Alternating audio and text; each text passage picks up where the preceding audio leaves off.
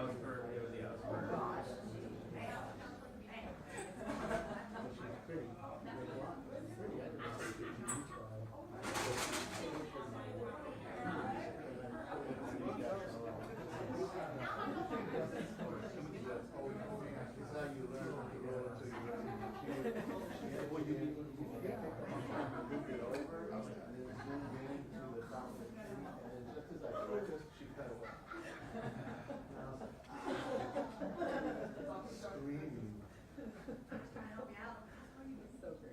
Yeah. So maybe you guys feel better about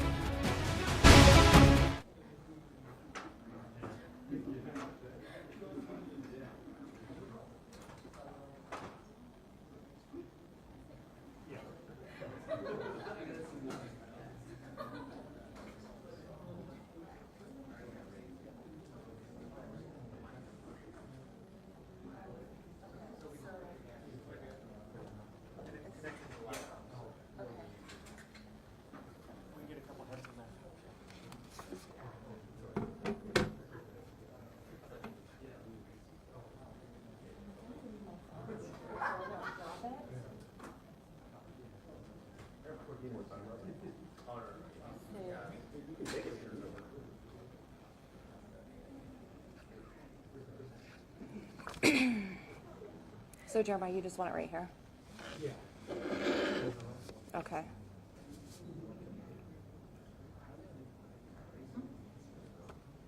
Is everyone ready to go? I think our last law enforcement officer just got here, so if you all are ready, I can bring. Okay. Is everyone good? Okay. I'll go get the group.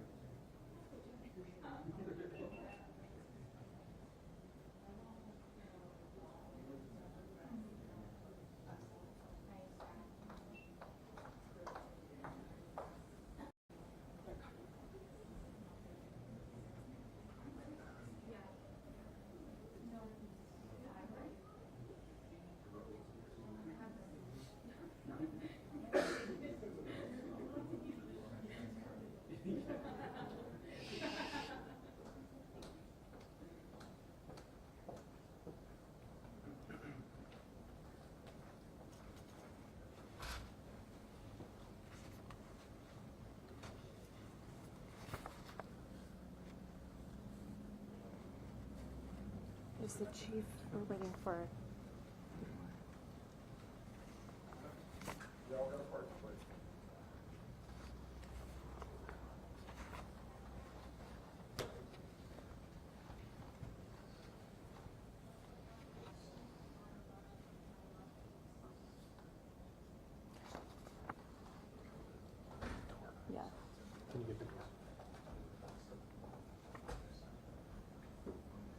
making sure to shut my phones off. That's always important.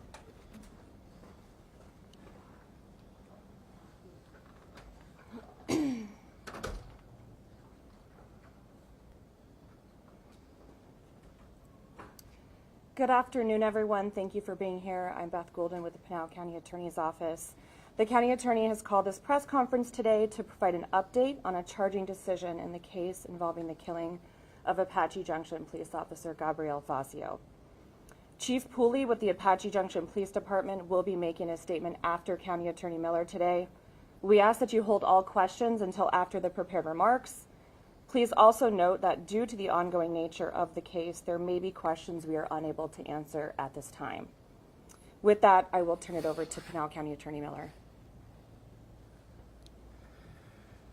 Thank you very much and good afternoon. My name is Brad Miller, Pinal County Attorney. Attacks on law enforcement officers are on the rise. All of us here with the law enforcement with Pinal County are working hard every day to try to protect our community. Before I get into my prepared remarks, I would like to send a couple of thank yous to our law enforcement partners and introduce the very folks that are behind me here today. Today we have Apache Junction Police Chief Pooley.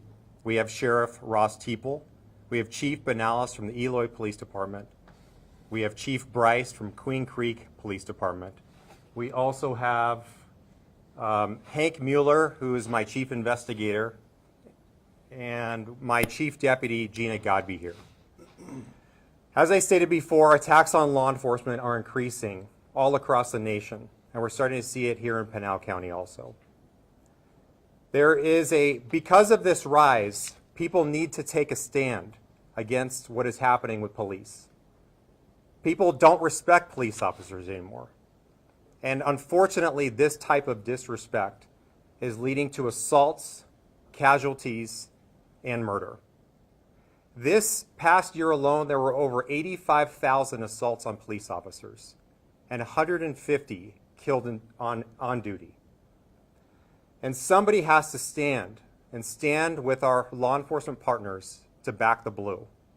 Somebody has to hold these people accountable. And that's why I'm here today to announce that under my authority as a Pinal County Attorney, that we have filed a notice of intent to seek the death penalty against Roger Nunez. I have spoken with the family. Chief Pooley has spoken with the family, and they are in full support of the decision coming out of my office.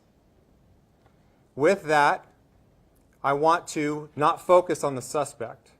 I really want to talk about Officer Gabriel Facio here today. Gabriel Facio was the epitome of the American dream. He came to this country from Mexico and legally immigrated with the dream to become a police officer. It took him a number of years and various odd jobs, and he worked and worked and worked, and finally fulfilled that dream to become a police officer. And about 4 years ago, he found himself in Apache Junction and applied to be a police officer with Apache Junction. There he became one of the favorites, a jokester, somebody who everybody wanted to be around, somebody who encouraged others to fulfill their duties. And he truly loved being a police officer. And that was exuded in all of his actions and everything that he had done for the police department. People wanted to work with him. They loved being around him. And that's why this particular case is so tragic. Now, when I look to evaluate a case on why we decided to seek the death penalty in this particular matter, we take multiple factors into account. Not only the facts of the particular case, the views of the next of kin, but also the circumstances, and of course, Arizona law. One of the factors we look at when examining whether we should seek the death penalty are what we call aggravating factors. And one of those aggravating factors are the death of a police officer while on duty. We want to let the community know that we take this issue seriously. And this decision today should show the community that we in fact do take this seriously. Now, before I take any questions, I would like to invite Chief Pooley to make a few remarks. Thank you. Thank you for being here. Thank you for this opportunity. Our county attorney and I have spoken many times about this case, and it always goes back to Officer Facio and the type of man he was and the type of police officer he was and who his family is. This past weekend, I was in Mexico, and I was at the wedding of his daughter, his 22-year-old daughter who was married, and I'll share some pictures with you later. But I spent the weekend with the family, and this is a very humble family that is grateful for everything. Beyond words of what they can express is how grateful they are to the community, to the law enforcement, to our county attorney, Brad Miller, and for the decisions that have been made. For us, we are continuing to heal. We're continuing to move forward. And just like any other tragedy, we have to move forward. Seeing the wedding of his daughter and being in the line with the wedding party was an honor to be with her, to see her taking that next step in her life without her father. And it was heartbreaking. There were a lot of tears shed, and there were a lot of smiles made, and a lot of good memories shared, past memories and new memories that were created. But it was all done without Officer Facio. And I know he would have loved to have been there. And we felt his presence, but he physically wasn't there. But on behalf of the men and women of the Apache Junction Police Department, we are in support of the decision made by our county attorney, Brad Miller. Law enforcement is a job that has changed over the years, and the attacks that we have seen on law enforcement, on the men and women in uniform, whether it's here in Apache Junction or across the country, they have continued to rise. And for me, I'm proud that we are making a stance and we're sharing a message and we're sending a message to those that are trying to do something that will get them in trouble and to try to attack an officer. It cannot happen. It's an attack on our country. It's an attack on our society and our communities. So thank you very much, and I appreciate you being here. All right, are there any questions? Yes. Mr. County Attorney Lauren Clark here of Fox 10. Thanks for having us all here today. As the county attorney, the buck stops with you with this decision. We're talking about an individual who took the life of a police officer. This is still a grave decision to make. Explain the emotions that you had to go through and process in order to make this final decision. I think one of the things you look at is service. You know, police officers go to work every single day not knowing whether they're going to come home. And unfortunately, sometimes they've been painted as these amorphous things, not realizing that they have families, spouses, children. They want to go to soccer practice and take their spouses out for a date night every once in a while too. These are human beings and they deserve that type of respect. And I truly thank God when every single night I hear that all of our law enforcement partners from every one of these agencies and the agencies in the rest of Pinal County come home. Unfortunately, sometimes they don't. And so we have to weigh these factors. And one of the main factors, as I stated, that we have to look at is what does Arizona law say? Because this is an objective, difficult decision that has to be made. But Arizona law looks at factors of whether and how a county attorney should decide whether to seek the death penalty. And one of those factors are whether a police officer was serving and killed in the line of duty. And it met that factor. And so that weighed heavily. Another huge factor that weighs heavily on my mind is what are the views of the next of kin, the true victims in this case. How do they weigh this? And also the police officers who were involved in this particular matter, because many of them are victims. And so you take all of that together, and yes, it was a difficult decision, but at the same time, it's the right decision, because people who attack a single law enforcement officer attack every law enforcement officer, and that's something that we need to take seriously. County Attorney Miller, when you talk about the support the community has shown Officer Fosco's family through the response at the funeral, the barbecue you all held, could you give us a little bit of insight into that conversation you had with the family members on what they told you they wanted in this decision? Yeah, I'm not going to go into our private conversations because those are private conversations between myself and the family. But I will say this, is that the family 100% supports us. They feel the love and care. They're happy that we reached out. But it's not just me. Remember, this is an entire team. That's why we have all of our law enforcement officers standing behind us, because we truly are a team. And so it was the Apache Junction Police Department. It was our victim advocates who worked on this particular case. It was members from my office. And so they took all of that into account, and they look at us, and because we also showed up to the hospital to show them support, they trust that we're making the right decision, and they support that decision. And so that was one of the main, kind of the gist of what we actually discussed. Any other When questions? you look procedurally Sure. at how this is going to play out, for people at home that have no idea what sequence of events happens when it comes to putting someone to death, Yep. could you explain how that works procedurally? Yeah, so procedurally, it's going to proceed as if it's like a first-degree murder case, but obviously it's very much extended. So when you're seeking the death of a particular individual because they've committed such a heinous, grave act like was committed in this particular case, there's a huge part of what's called mitigation, where the defense counsel will have an opportunity to look at all of the things that the defendant did well in their life, have an extended investigation. They'll have mitigation experts and certain investigators hired so that they can look into all of those issues, much like we have. We've already sent investigators out, and we've been gathering information from the first day that we heard about this. And we have a lot of other information that the rest of you will be hearing about here in the coming future, and especially if this case and when this case eventually does proceed to trial. And so, yes, it's an extended time frame, but it will proceed much like a first-degree murder case. But the biggest difference is this. In a lot of cases, and almost all of our cases in Arizona, the judge issues a sentence. Here in this particular case, when we're seeking the death penalty, it'll be the jury, the people from this particular community in Pinal County that will be making that decision.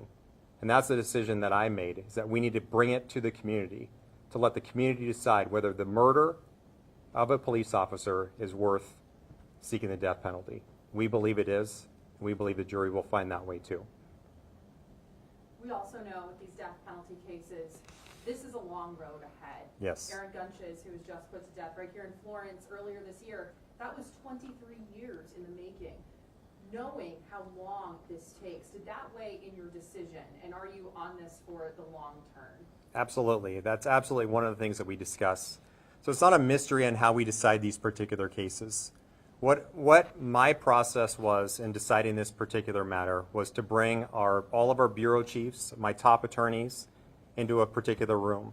We also had the investigators who investigated the shooting, and we also had members of the Apache Junction Police Department all come into a room, talk about it, brief the case, walk over the videos, the interviews, the investigation that my office has started to conduct. And then, of course, we sit privately with my top attorneys and look at all of the factors, including the costs, the time frame, and we discuss all of those things. And then I spoke personally.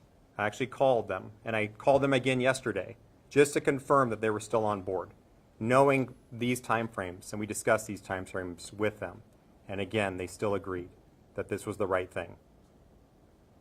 When you weigh punishment of life in prison versus being put to death, how do you weigh those as a measure of justice?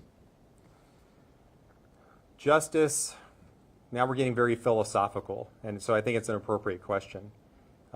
Philosophically, I think justice looks at multiple different things, including equal punishment. So that's one of the factors that we weigh. But we really go back to Arizona law. What does Arizona law objectively, reasonably say about what we should do in this particular case? And Arizona law under 13751 looks at certain aggravating factors. How should a county attorney weigh whether to seek death penalty or not? And we look at those factors. Does this case meet those factors? And in that case, this case does meet the factors. The next of kin and the victims in this case also believe that. And of course, we also have to show solidarity with law enforcement. And I do take it seriously that attack on one is an attack on all.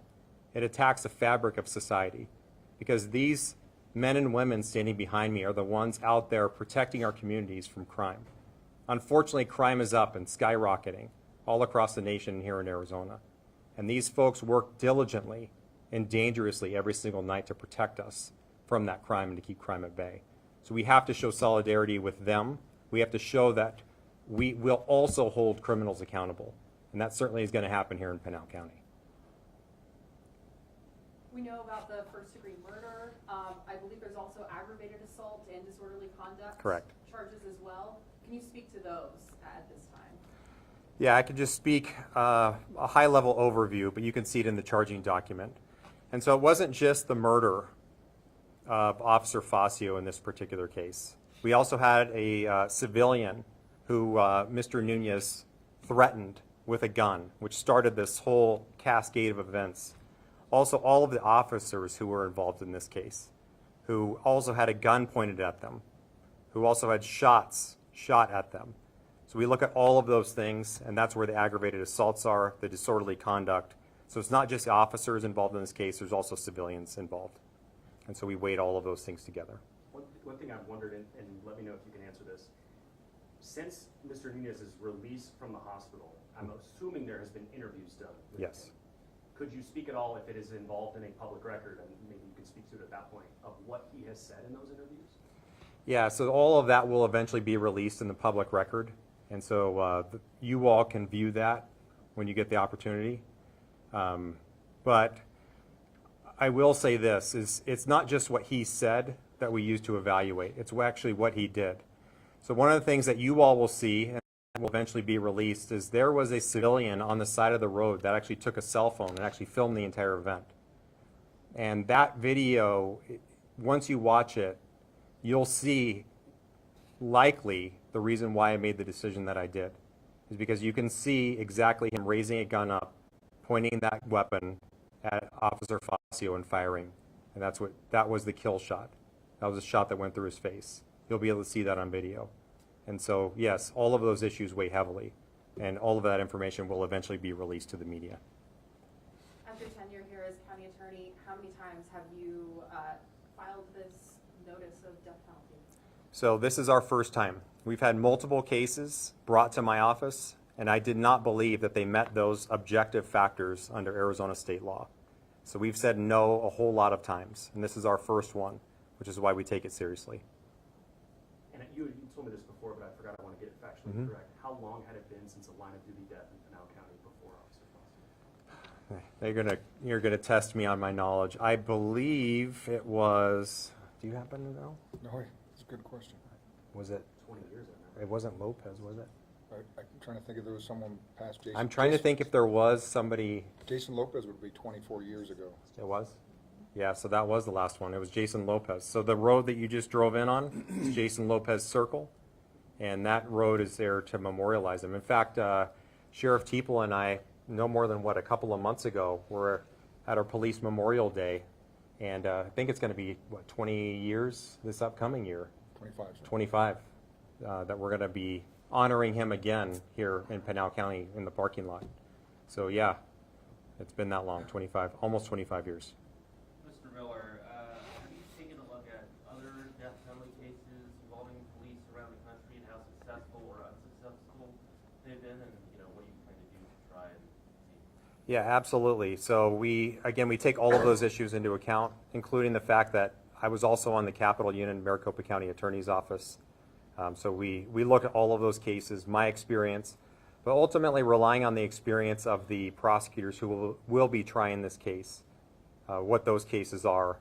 And not only that, we don't just take prior cases from this state. We also discussed and talked to other prosecutors all across the entire country of what makes those prosecutions successful in order to weigh this particular decision, whether this was the right decision.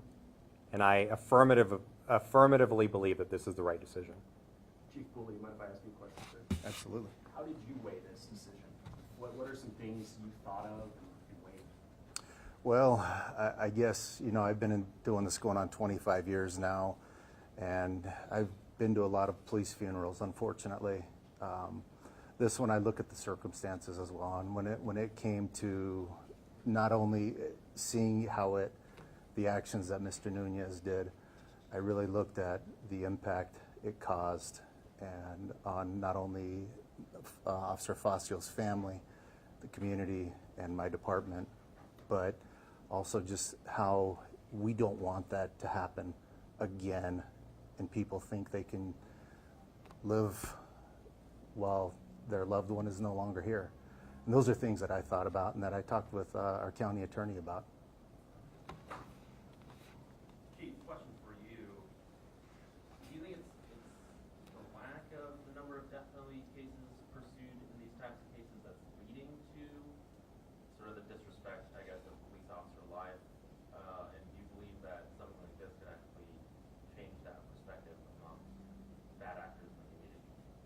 You know, I think there's bad actors that are going to continue to do bad acting stuff. There's a lot of people that this won't deter them. But at the same time, I think it sends a message that if you're going to take that stance and you're going to commit an action like this, that you know will cause harm or death to an officer, that hopefully at some point, they will take a second thought and reconsider their actions. So yes, I do.